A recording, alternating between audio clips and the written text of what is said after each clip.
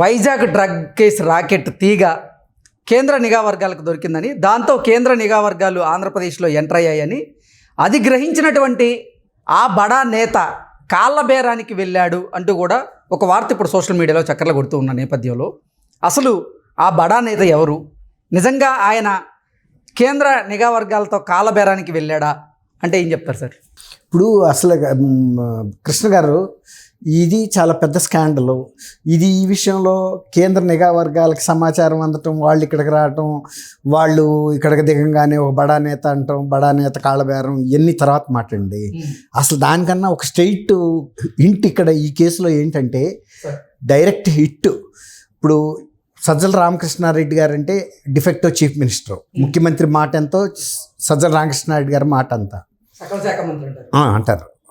ఆయన చాలా పెద్ద పెద్ద అంశాలలో తప్ప చిన్న అంశాల మీద అసలు ఆయన స్పందించడు. ముఖ్యమంత్రి స్పందించాల్సిన అంశాలే ఆయన స్పందిస్తాడు. వివేకానంద రెడ్డి గారి మర్డర్ కేసులో కూడా ఆయన స్పందించాడు, ఈ అచ్చని పలానా వాళ్ళు చేశారు అని. అసలు ఆయన ఎంతో పరిశోధిస్తే కానీ తెలవని అంశాలు ఇవాళకి 5 సంవత్సరాలు అయింది. ఆ కేసు సిబిఐయే పరిష్కరించలేకపోయింది. ఆయన అక్కడ రాత్రి ఆ సంఘటన జరిగింది, పొద్దున్నే చంద్రబాబు నాయుడు, లోకేష్, ఆదినారాయణ రెడ్డి, బీటెక్ రవి పేర్లు చెప్పాడు. ఇప్పుడు ఇది అక్కడ స్కాండల్లో బయటపడింది. దాంట్లో వచ్చింది ఏంటంటే దాని ఆ కెమికల్ డ్రగ్ డ్రై ఈస్ట్లో కలిపింది ఏంటి, కొకైన్. అసలు ఆ కొకైన్ కేసు బయట పడిందో లేదో వెంటనే ఆయన చంద్రబాబు నాయుడు, పురంధరేశ్వరి వాళ్ళ అబ్బాయి పేరు కూడా చెప్పాడని అంటున్నారు కొన్ని సోషల్ మీడియాల్లో. ఓకే, ఆయన అబద్ధం అయితే చెప్పడం, అంత పెద్ద పోస్టులో ఉండి. ఇప్పుడు ఆయన సిబిఐ ఇది పట్టుకుంది, నిఘా వర్గాలన్నీ పక్కన పెట్టండి, డైరెక్ట్గా సిబిఐ ఇంటర్నేషనల్ ఆర్గనైజేషన్ ఉంది కదా, దాని పేరు ఏంటి, ఇంటర్పోల్ ఇండికేషన్ మీద వీళ్ళు రియాక్ట్ అయ్యారు, పట్టుకున్నారు.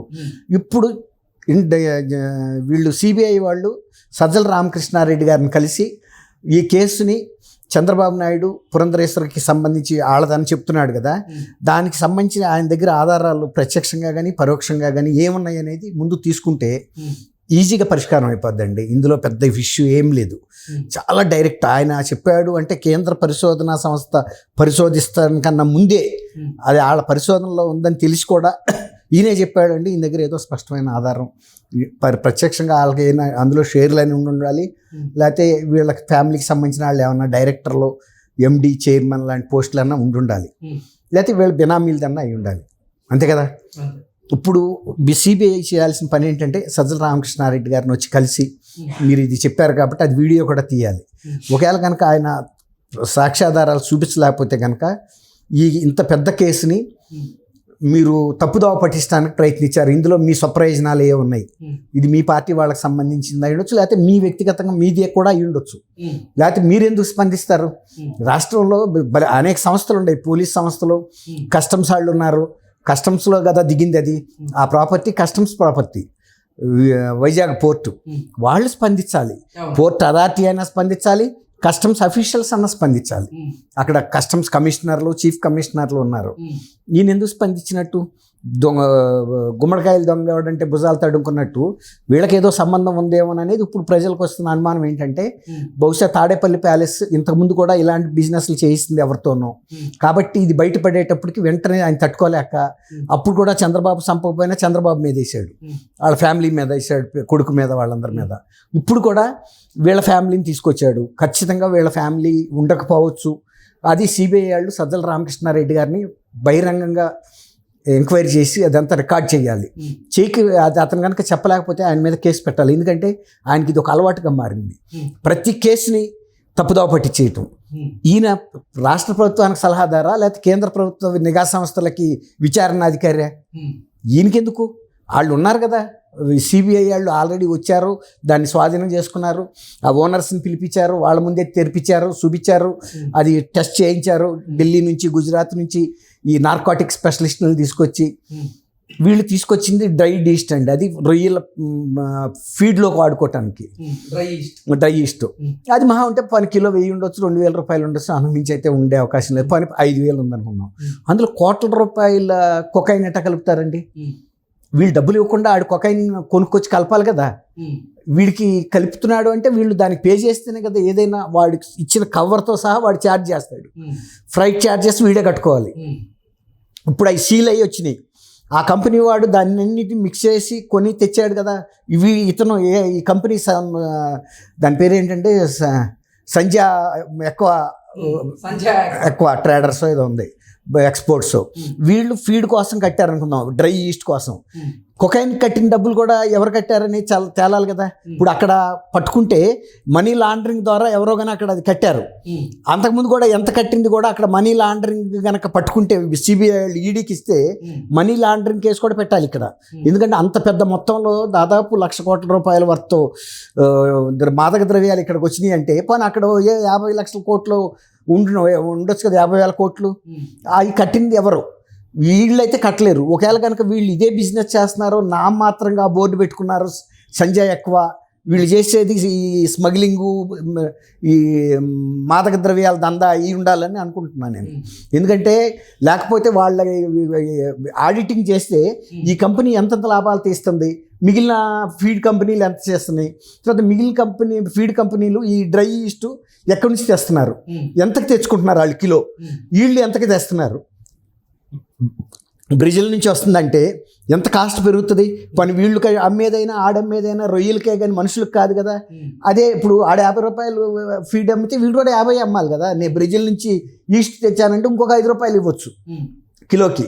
కానీ అసలు ఇక్కడే ఈస్ట్ దొరుకుతున్నప్పుడు అక్కడి నుంచి తెప్పిస్తున్నారంటేనే ఇందులో పెద్ద కుంభకోణం ఉందని అర్థం అవుతుంది. ఇప్పుడు మామూలుగా అడిగితే మేము ఇదే ఫస్ట్ టైం తెప్పిస్తున్నారన్నారంట. ఫస్ట్ టైం తెప్పిస్తుంటే వాళ్ళు ఎందుకు కలిపి పంపిస్తారు? గతంలో కూడా మీకు అవగాహన ఉండబట్టే మీకు పంపే వాటిల్లో అంత ఖరీదైన కోట్ల రూపాయల మాదక ద్రవ్యాలు కలిపి పంపిస్తున్నారు. అట్టా కనుక ఆడు ప్రతి ఆర్డర్ ఇచ్చినాడికల్లా ఇలా కనుక కోకైన్ పంపిస్తాడా? ఆ కంపెనీ వాడు ఉండాలా పోవాలా? బ్రెజిల్లో ఆడికి ఆ కంపెనీకి పే చేసింది ఎవరనేది కనుక మనీ లాండరింగ్ ద్వారా తెలుసుకుంటే క్లియర్గా దీని వెనకాల ఉన్న బడా వ్యక్తులు, ఇప్పుడు మీరు అన్నారు చూసారా కాళ్ళు పట్టుకోవటానికి వెళ్ళారని, ఆ కాళ్ళు పట్టుకోవటానికి వెళ్ళిన వ్యక్తులు ఎవరనేది తెలుస్తుంది. ఎంత ఎస్టేట్లు కడుతున్నారు, ఎక్కడికెక్కడ ప్యాలెస్లు కడుతున్నారు, ఇవన్నీ జరుగుతున్నాయంటే గొడౌన్లో డబ్బులు కుక్కుతున్నారు. రేపు ఎలక్షన్లో ఒక్కొక్క కుటుంబానికి 50,000 రూపాయలు నగదు ఇవ్వటానికి సిద్ధపడుతున్నారు కవర్లో పెట్టానంటే. ఇంత డబ్బు వచ్చిందంటే ఒక పక్కన ప్రభుత్వంలో ఉండే అవినీతి ద్వారా కూడా వచ్చిండొచ్చు, ఇలాంటి దందా చేయటం వలన, ఇప్పుడు ఇక్కడ అధికారంలో ఉండటం వలన ఈజీగా మనం చేయొచ్చు అనేది ఉండబట్టే కదా అంత ధైర్యంగా వాడు 50 కోట్ల రూపాయలు మాల్ పంపించాడు. అంతకుముందు కూడా ఛానల్ క్లియర్గా ఉంది వాళ్ళకి. కాబట్టి ఇప్పుడు ఇది రామకృష్ణారెడ్డి గారు చెప్పగలుగుతాడు తను ఎందుకు చెప్పాడు వీళ్ళ మీద. ఒకవేళ తప్పుగా చెబితే ఆయన ఇంట్రెస్ట్ ఎందుకు, అప్పుడు బయటపడుతుంది పూర్తిగా. తర్వాత ఆ కంపెనీ వాళ్ళని కనుక గట్టిగా ఇప్పుడు ఉన్నారు కదండి, ఈ వాళ్ళని అడిగితే చెబుతారు కస్టమ్స్ అఫీషియల్స్ని, ఈ కంపెనీ పేరు మీద గతంలో ఎన్ని ఈ డ్రై ఈస్ట్ కంటైనర్స్ వచ్చినాయి, అందులో కూడా ఎన్ని ఇదే వ్యాపారం చేస్తుంటారు వాళ్ళు. తర్వాత వాళ్ళ ఆర్థిక మూలాలు చూసినా తెలుస్తుంది. వాళ్ళు సంతమాగులూరు మండలం ఈదుమూలో ఏదో విలేజ్లో వైఎస్ఆర్సీపీ లీడర్ అతను, వాళ్ళ బ్రదర్ పూర్ణచంద్రరావు, ఈ కంపెనీ ఎండి వీరభద్రరావు అన్న, వాళ్ళందరికీ సంబంధించిన ఇవి ఫ్లెక్సీలు ఇప్పటి నుంచో ఆ ఊళ్ళల్లో కట్టున్నాయి. తర్వాత కరోనా ముందు 50 లక్షల రూపాయలు వీళ్ళు వైఎస్ఆర్సీపీ గవర్నమెంట్కి ఇచ్చారని చెబుతున్నారు. అంటే ఇచ్చుండొచ్చు, కానీ అవన్నీ కూడా ఇవాళ ఫొరెన్సిక్ ఆడిటింగ్ జరిగితే ఆ కంపెనీ అసలు నిజంగా రొయ్యలు ఫీడ్ మీద ఎంత వ్యాపారం జరుగుతుంది తేలిపోద్ది. కానీ ఇలాంటి మాదక ద్రవ్యాల మూలన ఎంత జరుగుతుంది అనేది కూడా బయటకు వస్తుంది. చాలా ఈజీ. ఇప్పుడు ఇది పెద్ద క్రిటికల్ కేసు కానే కాదండి.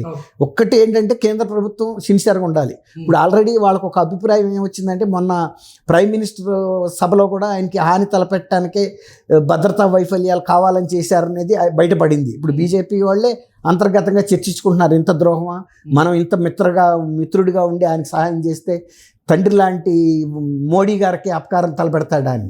కాబట్టి చూద్దాం ఏం జరుగుతుందో.